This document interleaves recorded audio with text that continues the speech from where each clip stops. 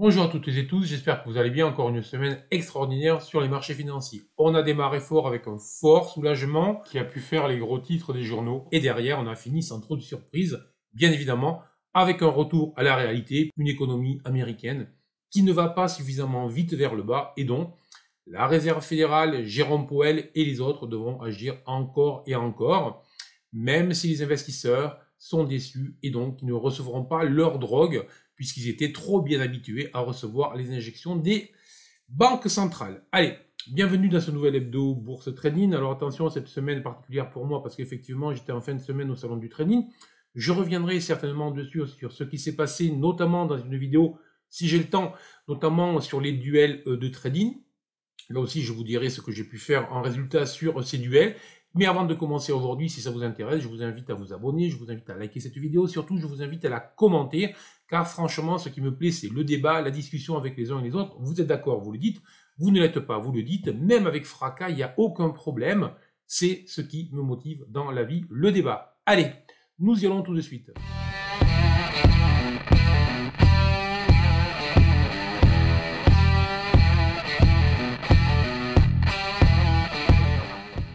Bonjour à tous, je m'appelle Bernard Pradesclos, ça fait bientôt près de 30 ans que j'investis sur les marchés, d'abord en tant que trader individuel, puis en tant que gérant professionnel. Désormais, à la tête de eWinvest, j'accompagne les traders individuels et les professionnels qui souhaitent se former à une méthode rigoureuse, mais une méthode précise d'investissement sur les marchés financiers GTAS. Allez, avant toute chose, quand même, je voudrais vous dire un certain nombre de remarques. Certains pourraient effectivement être troublés par ces marchés qui nous avaient habitués depuis maintenant, en fait, la crise financière, 10-15 ans. On était en fait habitués à être des marchés soutenus, c'est-à-dire que, soyons clairs, dès que les marchés baissaient, hop, ça remontait, puisqu'effectivement, les magiciens arrivaient, et les magiciens étaient les banquiers centraux qui injectaient des liquidités pour que les marchés rebondissent. Dans une période non inflationniste, c'était possible. Désormais, c'est terminé. Si l'on ajoute le fait que les États sont largement surendettés et continuent à soutenir la demande par des déficits budgétaires trop lourds, on voit bien qu'on est dans une situation très compliquée où à la fois on a des États qui continuent à soutenir la demande, alors que les banquiers centraux essayent de réduire la demande en retirant des liquidités. Bref, on est bien dans une période troublée qui va durer et où on va alterner des phases d'euphorie, comme on a pu le voir cette semaine, avec des phases de déprime. La réalité, c'est qu'on est au mieux en range en se dirigeant vers le bas et toujours en possibilité d'une accélération très forte vers le bas. Donc prudence maximale pour les prochaines journées, pour les prochains mois. Donc on doit surtout se baser tout simplement sur le fait que l'on doit investir en gérant son risque, toujours revenir à ça. La base, lorsqu'on investit en bourse, on gère son risque, on est des gestionnaires de risque. Tout ce qui se plante, c'est parce qu'ils oublient ça, ils viennent en bourse pour le gain. Avant de penser au gain, on pense à la gestion du risque. Tout ce qui gagne, pense gestion du risque avant de réfléchir au gain. Bref. Je sais qu'il y en a qui ne m'écouteront pas, je sais qu'il y en a qui viennent là pour faire du fric très vite. Et il ne manquera pas de chaîne YouTube pour vous expliquer que c'est possible. Jolies vidéos, jolies voitures, jolies villes, jolies filles, tout ce que vous voulez. La réalité, ce n'est pas ça. Voilà. Je préfère vous le dire. Cette semaine, on va voir un certain nombre de valeurs qui sont dynamiques, de valeurs qui sont intéressantes, de valeurs que j'avais présentées les semaines précédentes et qui sont toujours en hausse malgré des marchés qui sont en baisse.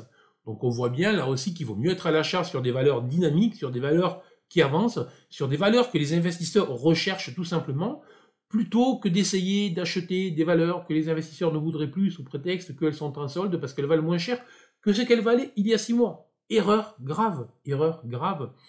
Je vous invite à regarder les graphiques des années 2000 ou des années 2008. Certaines valeurs ont perdu 60, 70, 80, 90%. Donc une valeur qui a perdu 50% peut reperdre plusieurs fois 50%. Voilà, c'est la magie des mathématiques, donc prudence et on ne s'énerve pas, on est précis. Dans tous les cas, il faut comprendre, franchement, c'est un marché d'opportunités extraordinaires. Pour moi, le fait que les banquiers centraux relâchent enfin la pression sur les marchés fait que les marchés réagissent à nouveau normalement. Et ça me fait doucement rigoler, pour ne pas dire plus, de voir que les gérants, certains hein, évidemment, sont déçus ou crient parce que les marchés baissent. Les marchés vivent normalement, vivent normalement. Un marché est excessif vers le haut et un marché est excessif vers le bas. C'est la vie normale du marché. Donc, le marché exige une bonne connaissance de son fonctionnement, exige ensuite, lorsqu'on investit, de la patience, de la maîtrise, du sang-froid, en aucun cas de l'agitation, de l'énervement ou de la peur. Jamais. Lorsqu'on investit en bourse, on n'a pas peur, on est confiant et on mesure, on gère son risque. Et là, tout se passe bien. Si on le fait, tout se passe bien. Si l'on joue, si l'on n'applique pas les bonnes règles, effectivement, on est sur un mode de jeu, on est sur un mode où les émotions vont prendre le dessus, et on est sur un mode où tout va mal finir un jour ou l'autre. Surtout lorsque les banquiers centraux ne sont plus là pour faire que les marchés rebondissent facilement. Donc on doit être précis, on doit être calme, on doit trader zen, tout simplement. Allez, sur ce, allons-y pour les valeurs. Au programme du jour, Boiron, Renault, Nikon, Airbus, BIC, Dassault Systèmes, Nvidia et Microsoft, deux valeurs américaines pour terminer. Nous commençons par Boiron. Boiron, valeur de l'homéopathie, évidemment. Donc, c'est une pharmaceutique spécifique à l'homéopathie qui a connu un certain nombre de déboires, mais qui, depuis maintenant un certain nombre de trimestres, est effectivement dans une configuration beaucoup plus intéressante. C'est une valeur que j'ai en portefeuille. Je vous en ai parlé ici même, puisqu'on avait fait une analyse sur le sujet. Et donc, bien évidemment, c'est une valeur, comme on le voit ici, qui est en train de multiplier les indicateurs de fond d'écran, le convergence vert. On voit aussi que le BSI long terme est vert, ce qui signifie que la tendance long terme est verte. Et pour ceux qui ne seraient pas bien réveillés ce matin, bon, je suis méchant, vous voyez très bien de manière extrêmement simple que nous avions ici autour des 43,50 € niveau de résistance qui a été franchi, même si on a mis plusieurs fois. Et ce niveau, tout simplement, on est venu s'appuyer dessus. J'avais fait d'ailleurs une analyse à la télé aussi sur le sujet. Donc, on est bien sur une inversion de polarité avec une accélération à la hausse et en fin de semaine, alors que les marchés se sont retournés vers le bas sur cette fin de semaine. Donc, on est bien sur une valeur qui non seulement est sur une configuration positive, qui en plus surperforme le marché. Donc je dirais que tout va bien pour cette valeur pour le moment. On a en plus la cassure du nuage dont je vous invite à, pour ceux qui connaissent, mettre quelle est la stratégie que nous avons là, même si elle n'est pas encore totalement validée. Nous verrons ça en début de semaine prochaine.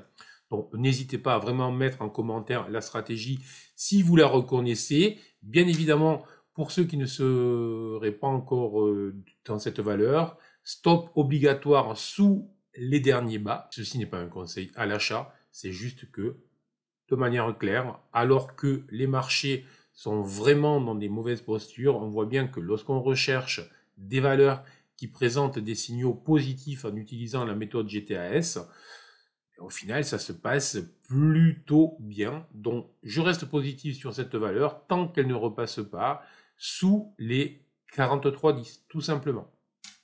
Alors, revenons à Renault. Là aussi, Renault, c'est une valeur que j'ai commentée, analysée plusieurs fois à la télévision. C'est une valeur que j'ai analysée ici même dans l'hebdo bourse. Et je reste évidemment positif sur cette valeur. On va voir les raisons pour lesquelles je reste positif. C'est à la fois du chartisme, c'est à la fois la méthode GTAS. C'est aussi sur le plan micro, donc sur le plan fondamental. Encore une fois, j'ai plutôt confiance dans le management qui a montré qu'il était en train de prendre les choses en main dans une situation qui était quand même très très complexe. On a en plus une entreprise qui est en pleine restructuration. Je vous le rappelle, avec une scission probable dans les prochaines semaines entre d'une part les véhicules électriques et les véhicules thermiques, et puis ensuite il y a désormais une petite partie spéculative qui est venue en fait en fin de semaine pour là aussi faire qu'on est sur une valeur qui est en hausse de près de 5% sur un marché qui lui était en train de se casser la gueule littéralement suite au chiffre du chômage aux États-Unis. Donc qui surperforme là aussi, c'est vraiment ce qui m'intéresse. Des valeurs qui font beaucoup mieux que le marché. Et donc j'arrive à ce que je disais, il y a une partie spéculative autour de la vente de la partie de Nissan que possède Renault avec des discussions. Donc évidemment, si cette vente se faisait, ça pourrait rapporter du cash. Dans le contexte actuel de restructuration, évidemment, ça pourrait être très intéressant pour cette valeur. Alors, pourquoi est-ce que je suis positif? Alors que, attention, jusque-là, on était quand même sur un BSI long terme rouge. Oui, il était rouge, mais on avait eu un déclenchement haussier avec le BSI court terme et le BSI moyen terme qui était repassé vert et le convergence blanc. Dans un contexte de double creux très clair, je pense que vous le voyez bien lorsque je bouge la souris, dans un contexte où on a eu à 2 reprises un pullback sur cette ligne de coup autour des 27,50 €. J'avais fait une analyse à ce sujet en disant j'ignorais clairement si suite à cette attaque violente de la semaine précédente, on aurait une cassure de ce support. Mais alors que le BSI long terme était vert, la probabilité que ça casse était plus faible. Pour le moment, c'est ce qui se produit. On est désormais sur une convergence qui était vert, qui est repassé blanc. Mais attention, on a vendredi un double croisement haussier vert BSI court terme, BSI moyen terme. Jamais se mettre en face ce type de configuration. Donc là aussi, peut-être qu'on va avoir une extension en direction des 32,60 €, voire les 33, et puis ensuite évidemment les objectifs sur les résistances 35,15 et 38,06. Valeur à surveiller, positive sur la valeur tant qu'elle ne repasse pas sous les 27,50, 27 €.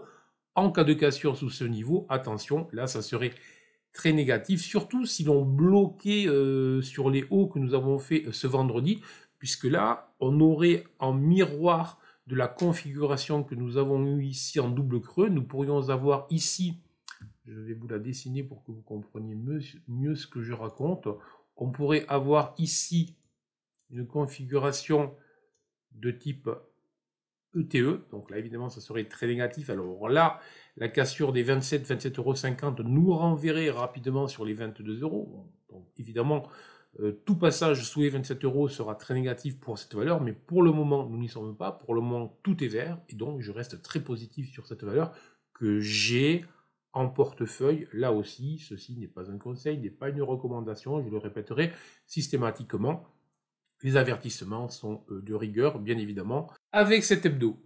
Allons-y pour Natcon, je ne sais jamais comment on dit, donc vous m'excuserez si je le prononce mal. Ça fait partie du CAC Small, du compartiment B, spécialiste des jeux vidéo, bien évidemment. Et lorsque je vois cette valeur, ça me fait penser tout de suite justement à une anecdote que j'ai connue lors du salon, lors de ma conférence au salon du trading, puisqu'en pleine conférence, il y a une dame très sympathique au demeurant, qui essayait de m'expliquer, dans le public, qui essayait de m'expliquer que les actions, il fallait surtout pas les acheter lorsqu'elles montaient, il fallait les acheter lorsqu'elles baissaient. Donc, soyons clairs, imaginez que vous soyez rentré au moment où mon convergence passe rouge, en vous disant, tiens, vu qu'on est au plus bas, on est potentiellement sur un support, j'achète là. Tout simplement, si vous aviez acheté au moment où on était sur un support et au moment où le convergence passait rouge, vous seriez juste en baisse de 36% en 2 mois. Donc moins 36% en 2 mois, vous m'accorderez que c'est quand même une baisse sérieuse, surtout avec une accélération ce vendredi, près de 18% de chute libre sur cette valeur, avec un volume tout à fait remarquable. Donc attention, attention, ne jamais se mettre en face le mouvement. Voilà. C'est juste ça que je voulais dire sur cette valeur. Pour le moment, on est sur une forte accélération. Essayez, alors évidemment qu'on peut avoir des répliques à la hausse avant des répliques à la baisse, mais là on est sur du trading mode joueur. Voilà. Est-ce que vous allez mettre 10, 15, 20, 30 000 balles sur un jeu comme ça? Non, enfin, moi je ne le fais pas. Voilà. Donc, on est en bourse, on ne joue pas, on est sérieux. Beaucoup d'analystes sont positifs sur cette valeur. Et pourtant, on constate juste qu'elle baisse. Ça veut dire que pour le moment, les acheteurs ne sont pas là. Demain, dans les prochains jours, semaines, mois, si cette valeur me donne des signaux positifs, à ce moment-là, peut-être que je repasserai positif sur cette valeur, mais tant que le convergence est rouge, je reste à l'écart. Et donc, évidemment, le premier petit signal positif que nous pourrions avoir, soyons clairs, serait l'invalidation de cette accélération. Donc, si nous avions dans les prochaines heures, jours, semaines. Un retour au-delà des 4 euros, ça voudrait tout simplement dire que l'on invalide ce signal, qui est évidemment un CD, hein, je vous renvoie là aussi au livre Stratégie de marché pour l'explication des CD, dont des chandeliers de déséquilibre. Tant que ce CD tient la main, ça veut dire que les vendeurs ont la main, et effectivement on peut avoir des répliques vers le haut, mais personnellement je ne joue pas les répliques vers le haut, car je sais que les forces de marché sont plutôt vers le bas. Au-delà des 4 euros, effectivement, à ce moment-là, on pourra revoir la position si en plus nos indicateurs nous aident à valider le retournement. Donc, je reste à l'écart de cette valeur. Dans le contexte actuel, j'étais à l'écart avant cette baisse de 17-18%. Je suis à l'écart après cette baisse, car je suis désolé. Si certains préfèrent acheter les valeurs en baisse, moi je préfère acheter les valeurs en hausse. Une valeur en hausse est une valeur que les investisseurs veulent acheter tout simplement. Alors Big Ben Interactive, là aussi on est sur une valeur qui est recommandée par les analystes, même si on n'a pas beaucoup d'analystes qui la suivent, et certains médias spécialisés, pour ne pas les citer, qui vont dire qu'ils sont plutôt à l'achat sur la valeur avec des niveaux d'objectifs autour des 16, 17, 18 euros, donc relativement élevés. Pourtant, depuis le mois de juillet, très clairement, on ne peut être qu'à l'écart. Donc, autrement dit, lorsque la valeur était entre 15 et 16 euros, aujourd'hui, c'est une valeur qui touche les 10 euros. Là aussi, vous voyez la chute libre qu'il y a eu sur cette valeur. Le convergence était rouge.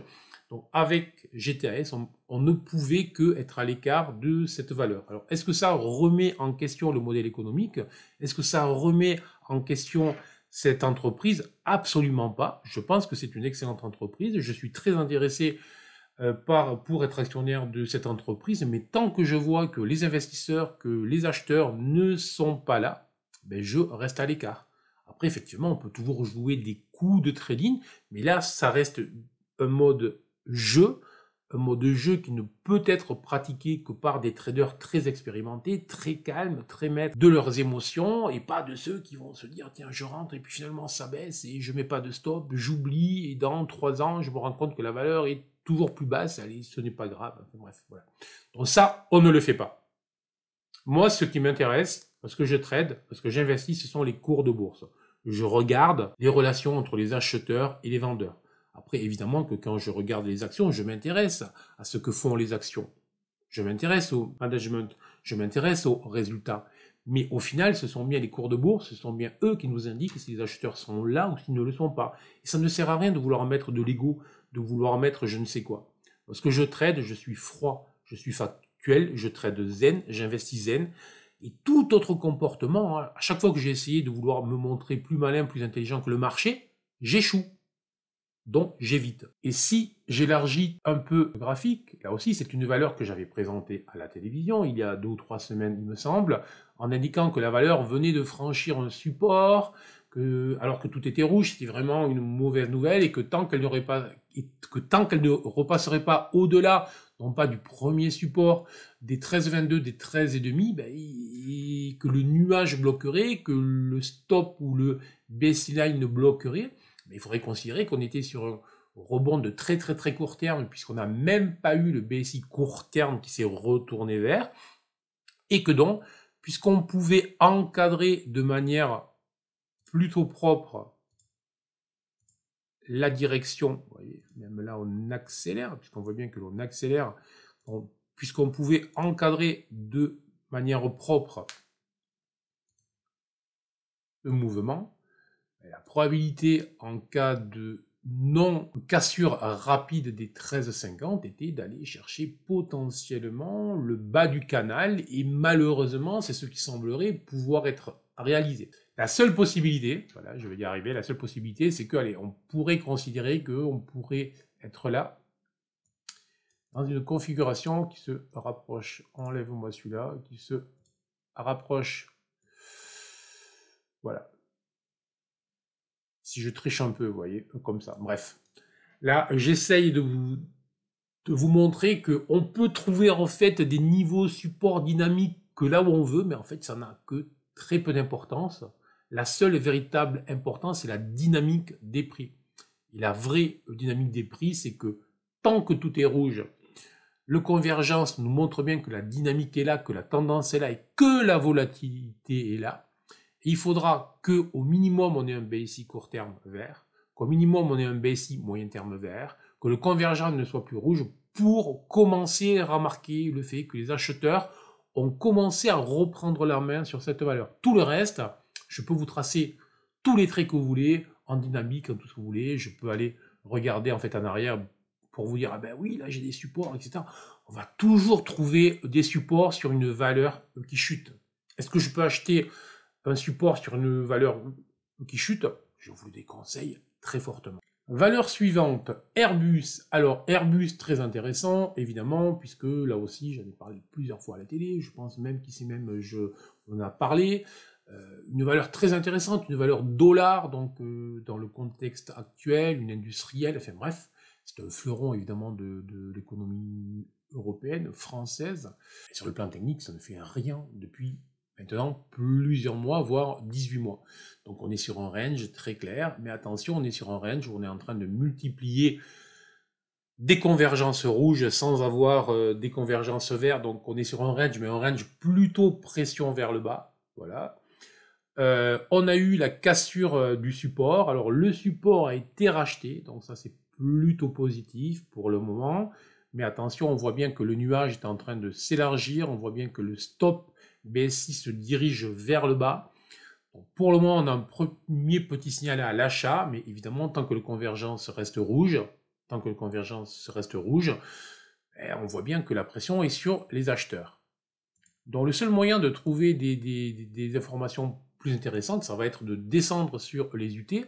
Donc là, je vais passer sur le 2 heures.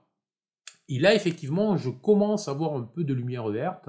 Je vois que le nuage est vert. Je vois que le nuage est d'une taille raisonnable, même si là, on voit bien que la volatilité a été stoppée par cette phase de retracement.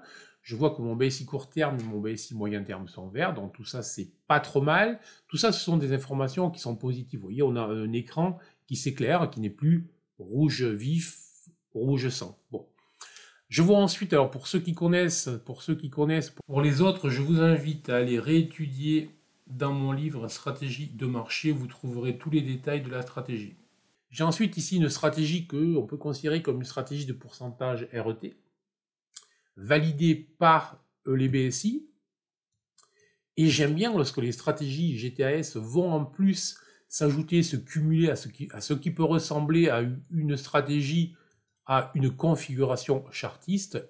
Et là, honnêtement, on peut quand même considérer qu'on est sur une configuration quand même qui ressemble fortement à une ETE potentielle, puisqu'on serait sur la deuxième épaule.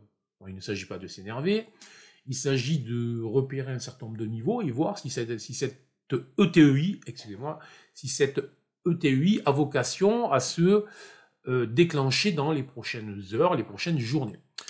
Déjà, ce qui serait sympathique, ça serait que ce niveau-là, c'est-à-dire que le niveau des 90,20 ne soit pas revu, parce que ce niveau présente un double intérêt, c'est à la fois une ancienne résistance, donc ça c'est pas mal, mais c'est aussi à la fois le gap up. Et si ce gap up n'était pas refermé, si la résistance n'était pas revue, ben, ça montrerait que les acheteurs sont assez pressés de revenir sur cette valeur. Donc déjà, repérer, ne pas reperdre plus de 2 euros. Et ensuite, je dirais à peu près comme toutes les ETI, ben, c'est quoi qu'on attend? C'est que l'on casse la ligne de coût. Donc où se situe la ligne de coût? Ben, évidemment, elle se situe là. Donc elle est dynamique puisqu'elle descend un petit peu. Donc autour des 94,6, on va dire. Et en cas de cassure de ce niveau-là, nous aurions des objectifs qui se situeraient approximativement, parce qu'on est sur une ETI qui est pentue, on aurait des objectifs qui se situeraient pratiquement 10 euros au-dessus et avec un intérêt fort c'est qu'on aurait un stop relativement court, un stop entre 2 et 4 ou 5 euros, donc risk-reward qui pourrait être de 4 à 2, voilà, donc, enfin, ou de 2 à 4, c'est comme vous voulez. Donc une configuration intéressante dans un marché en range avec une stratégie BD fail, une stratégie pourcentage RET validée par le BSI moyen terme et que l'on vient valider pour le timing avec une configuration chartiste classique qui est une T8. Voilà, mon tout pourrait nous offrir dans les prochaines heures, les prochains jours, effectivement un signal à l'achat sur cette valeur. Là aussi, prudence maximale, ceci n'est pas un conseil, n'est pas une recommandation. Et dans tous les cas, je vous rappelle que chaque fois que je trade, je pense non pas au gain, je pense qu'au risque que j'engage. Et je le répète, il n'y a que ceux qui raisonnent comme ça qui gagnent. Alors, on en arrive à BIC. BIC, là aussi, j'en ai parlé, valeur surprenante, puisque franchement, il y a quelques trimestres, personne ne voulait du BIC, et là, c'est une valeur qui maintenant, depuis le mois de fin avril, est positive au sens GTAS, et qui monte, qui monte, qui monte, qui monte. Voilà. Encore une fois, c'est vraiment le comportement des cours, la dynamique, qui prend le pas sur tout le reste. Là aussi, on est sur une valeur qui surperforme largement les indices. Donc, préférez-vous acheter une valeur et qui monte plutôt qu'une valeur qui baisse, ensuite en 15 jours, elle va remonter. Les soldes en bourse n'existent pas. Mettez-vous ça une fois pour tout en tête. Pour tout en tête, je vais y arriver. Les soldes n'existent pas en bourse. Et cherry on the cake, comme disent nos amis outre-Manche, bien évidemment, pour les spécialistes GTAS, là, et uniquement eux, bien évidemment, nous avons eu deux magnifiques doubles croisements de BSI. Alors, pour ceux qui ne connaissent pas, je vous rappelle, ou je vous le rappelle pas. Pour ceux qui ne connaissent pas, je vous indique que le double croisement BSI, c'est juste que lorsque le BSI court terme, ici en bas, et le BSI moyen terme au milieu, croisent simultanément, en même temps, alors que le BSI long terme était vert. Et ceci renforce des signaux à l'achat, et surtout, on ne se met jamais en face ce mouvement. Jamais, jamais, jamais, jamais. Ce n'est pas nécessairement un signal à l'achat, mais on ne se met jamais en face. J'espère que les choses sont claires.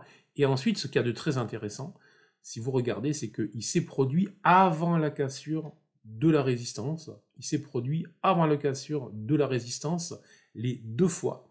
Et là, c'est extrêmement clair. Toutes les études démontrent, prouvent que les doubles croisements qui se produisent avant la cassure de la résistance montrent que la résistance a de fortes chances d'être franchie, cassée, et que ça diminue très très fortement la probabilité d'une fausse cassure. J'en dis pas plus, mais je vous laisse en tirer toutes les conclusions que vous voulez. Alors, sinon, la valeur très intéressante, évidemment. Une valeur qui présente l'intérêt, c'est que là, on vient d'avoir un gap haussier, que pour le moment, ça tient. Alors, attention, là, je commence à me méfier lorsque j'ai ce type de comportement avec des gaps haussiers qui se multiplient. Maintenant, si je vous mettais la configuration en hebdomadaire, mais ça, je vous le réserverai, tiens, pour un des prochains hebdos, on verrait que le potentiel haussier pourrait être assez puissant. De manière claire, là, il faut se méfier. C'est-à-dire que tant que le gap reste ouvert, on peut avoir une accélération, on peut être vraiment dans une valeur qui a un changement de dynamique par rapport aux années qu'elle vient de vivre. Mais si jamais on repassait, qu'on refermait ce gap, attention, là, on pourrait être sur un gap final. Et donc, évidemment, toute la dynamique, ça serait un premier élément peut-être de retournement. Donc, d'où l'idée qui est de l'invalidation, retour sous 60, donc entre 60 et 59, le stop BSI, serait un signal très négatif. Et pour le moment, et tant que ça monte, et tant que tous les BSI sont verts, et tant que le nuage s'élargit, ne pas profiter de la dynamique serait une grave erreur. Continuons avec Dassault Systèmes, une de mes valeurs préférées. J'estime qu'elle est très très bien gérée, que les produits qu'elle a sont extraordinaires, que c'est vraiment une entreprise à venir. Je l'ai beaucoup travaillé l'année dernière, je l'ai plus en portefeuille, et cette année, évidemment, comme tout est rouge, c'est beaucoup plus compliqué, même sur un mode trader actif, trading très actif, même lorsqu'on est expérimenté, j'évite, voilà, je suis clair. Et après, il ne faut pas être un grand analyste financier pour voir ce qu'on voit sous les yeux, c'est-à-dire qu'elle est inscrite dans un grand canal baissier. Alors, ce qu'il y a de très intéressant, c'est qu'elle est venue chercher, il y a quelques jours, à ce niveau-là, le milieu de ce canal baissier de long terme maintenant, hein, puisqu'il dure depuis le mois de novembre quand même, et que on a eu une réaction. Donc, petit signal positif, attention, dans un environnement où tout est rouge, c'est juste un petit signal. Et après, le signal qui est négatif, c'est que ce vendredi, elle a vraiment une très forte baisse, 6,5%. C'est pas tous les 4 matins que la valeur nous fait une baisse de ce niveau-là. Un petit point positif dans cet environnement très négatif, c'est le fait que le volume était ridicule. Volume ridicule, surtout si on le compare aux achats. Voilà. Donc, à surveiller ça, c'est vraiment peut-être que là, on est en train de créer un support sur le milieu du canal, mais il faudra vraiment, là aussi, c'est un minimum, revenir sur le haut pour invalider ce grand chandelier baissier.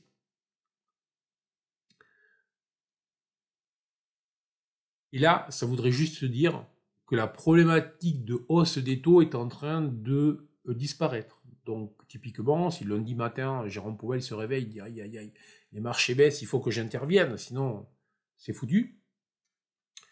Donc, Jérôme Powell nous refait le coup de la girouette, c'est quand même un spécialiste, et il dit bon, finalement, la hausse des taux, vous voyez. Honnêtement, c'est très peu probable, hein, le scénario que je vous propose là, mais mettons. Donc, à ce moment-là, si la problématique de la hausse des taux disparaissait, peut-être que cette valeur rebondirait, parce que ce n'est pas du tout un hasard si c'est une des plus fortes baisses de la fin de semaine, une des plus fortes baisses depuis le début de l'année, puisque c'est évidemment une valeur de croissance avec des PER très élevés, et des PER qui étaient proches de 50 quand même, et donc évidemment les PER vont diminuer plus la valeur baisse, évidemment, sauf si les bénéfices suivent, ça évidemment, ça va un peu compliquer l'affaire.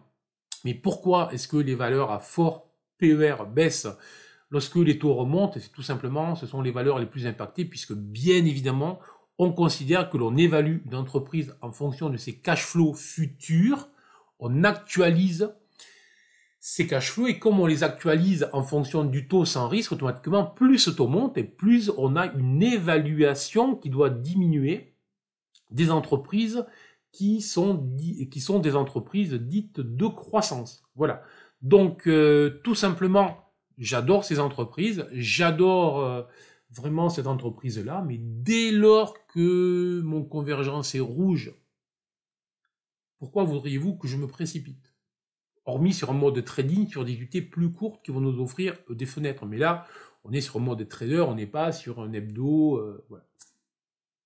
Donc, tout simplement, si jamais la zone des 34, donc le support à la fois horizontal et éventuellement l'oblique descendante venait à céder, et ce que je veux dire, on aurait probablement un nouveau test de cette zone qui avait très très bien fonctionné.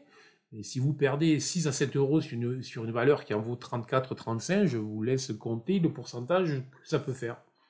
Donc, tant que la valeur ne repasse pas au-dessus des 36,7, 36,8, je reste à l'écart tout simplement. Pourtant, c'est une valeur que j'apprécie tout particulièrement. Allez, nous continuons avec les États-Unis. On va voir tout de suite Nvidia Corp. Là aussi, bon, évidemment, Nvidia, les puces et les processeurs, toutes les cartes graphiques. Bref, je pense que vous connaissez si vous avez eu un ordinateur chez vous. Si vous regardez la vidéo, il est possible que vous en ayez eu un. Et évidemment, magnifique entreprise qui vient quand même de passer de 350 pratiquement à 120. Vous voyez, donc comme quoi, là aussi, essayer de jouer. C'est une magnifique entreprise, donc je l'achète. Ça fait quand même une chute de 65%. Bon. Lorsqu'on est dedans, ça peut faire mal. Et donc très clairement, même si ça a mis un petit peu de temps, ce coup-ci quand même, depuis les 220, vous voyez, qui était une grosse zone support pourtant, la cassure de cette zone support pourtant grosse, solide en apparence, alors que le contexte, le convergence était rouge, était une très mauvaise idée de se dire j'achète un support. On peut acheter un support lorsque le mouvement reste haussier. Acheter un support alors que mon indicateur de convergence est rouge, c'est jouer contre les probabilités.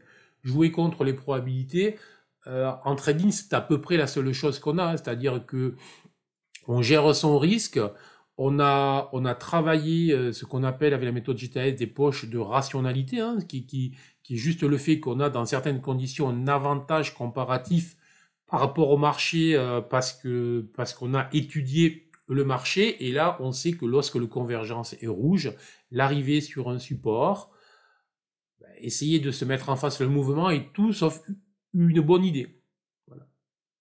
Alors un avantage comparatif, pour être clair jusqu'au bout, parce qu'évidemment vous pourriez me présenter 30 cas sur 100 où effectivement on arrive sur un support, le convergence est rouge et on rebondit. Effectivement, moi je préfère travailler les 70 cas où je sais que le marché ira dans le sens que je pense, plutôt que aller travailler les 30 cas où le marché va aller à l'envers de ce que je pense. Après, je vous laisse réfléchir à cette douloureuse réflexion philosophique. Allez, sur ce, on a bien, puisque je vous parlais là tout à l'heure des doubles croisements, regardez ici, nous avons eu un double croisement de BSI court terme, moyen terme, qui ont renvoyé les prix de 160 à 120. Là aussi, je dis ça, je dis rien. Mais surtout, là, on est sur une valeur qui présente une configuration un peu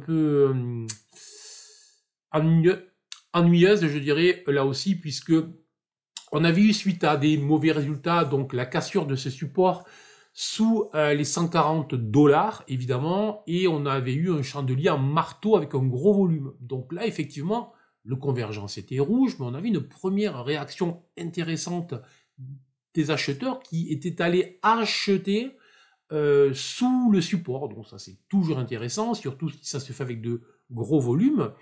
On avait eu ensuite une petite phase ici, je vais grossir un petit peu, une petite phase aussi en accumulation, et un rebond au-dessus de cet ancien support. Donc autrement dit, ce qui aurait dû devenir ou rester résistance était refranchi. Comme dirait l'autre, ça a été vite effacé tout ça, puisqu'on a eu un gap baissier. Et là, on est venu retaper par un doji pierre tombale. Et là, je vous fais la totale pour les amateurs de chandeliers japonais. Donc, un doji pierre tombale qui est venu faire inversion de polarité entre un support et une résistance. Donc, du coup, on peut considérer que là aussi, on était bien sur une inversion. Et évidemment, jeudi, on est revenu tester sans que les acheteurs ne parviennent à revenir vraiment toucher le niveau. Et on a refait un doji pierre tombale, donc tout ça sent quand même un peu le sapin, bien évidemment, avec un gap baissier ce vendredi. Là, c'est vraiment la totale. La direction, vous la connaissez, puisqu'on est sur un canal très propre, bien marqué. La direction, c'est pas aller vers le haut, c'est aller au moins vers le bas. Donc potentiellement, si on est sur 120, là aussi, je vous laisse compter la perf que ça peut faire si on va chercher 30 $ sous les niveaux actuels. L'invalidation, vous avez compris, hein, si ça fait 3 fois qu'on bloque sous les 140 ou à proximité de ce niveau-là, il faudra clôturer au-dessus, il faudra que nos indicateurs se retournent. Bref, il faudrait que la valeur regagne 15 à 16% pour donner un premier signal de lumière. Pour le moment, la dynamique est vers le bas. Alors nous en arrivons à Microsoft. Là aussi, Microsoft, c'est peut-être l'entreprise américaine qui, sur le plan micro, c'est une de mes préférées, ou peut-être ma préférée. Surtout sur les grosses, c'est vraiment celle qui, je pense, a l'avenir le plus brillant, à vie très très personnelle. Donc, est-ce que maintenant, parce que je pense ça de cette valeur, je peux me positionner à l'achat sur cette valeur, en moyennant sur les supports, en me disant qu'elle va rebondir? Oui, elle va rebondir, mais je préfère commencer à l'acheter le jour où les acheteurs voudront aussi l'acheter. Car franchement, même si mon ego était hyper je ne sais quoi, hypertrophié, voilà. Même si j'avais un ego très très très hypertrophié, je peux en acheter autant que je veux, je n'existe pas là-dedans. Donc ça ne sert à rien que j'essaye de me montrer plus intelligent, plus fort que le marché. Mieux vaut que j'attende de voir que des investisseurs plus gros, beaucoup plus lourds que moi, s'intéressent à cette valeur, rachètent cette valeur pour me positionner avec eux. Voilà. Donc, encore une fois, c'est vraiment la thématique du jour. Donc, essayez de retenir ça. Si vous n'aviez qu'une chose à retenir, c'est vraiment ce qu'il faut retenir. Alors, j'apprécie beaucoup cette entreprise. Tous mes indicateurs sont rouges, donc pour le moment, je ne peux rien faire. Là aussi, double croisement, nous avions eu un double croisement baissier sur les 280 et quelques. Regardez, nous en sommes aujourd'hui, on a perdu près de 50 dollars depuis. Donc, essayer de se mettre contre un double croisement n'est jamais une bonne idée, je peux vous l'assurer. Si je vous l'assure, c'est parce que j'ai payé pour, et c'est de cette manière que je crée les stratégies avec GTAS, c'est-à-dire que je les pratique, je les utilise, je mets de l'argent réel en face pour mon propre trading, et après, il y a un certain nombre de règles d'utilisation qui se créent. C'est tout, il n'y a aucun secret.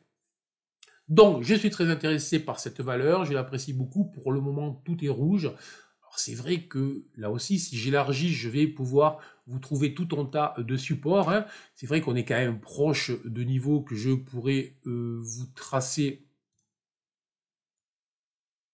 Et on peut voilà, et donc vous dire qu'entre les 225 et les 235, je pourrais être évidemment sur un support très intéressant pour les prochaines journées, semaines. Mais si demain on enfonce ce niveau-là, je vous dis quoi?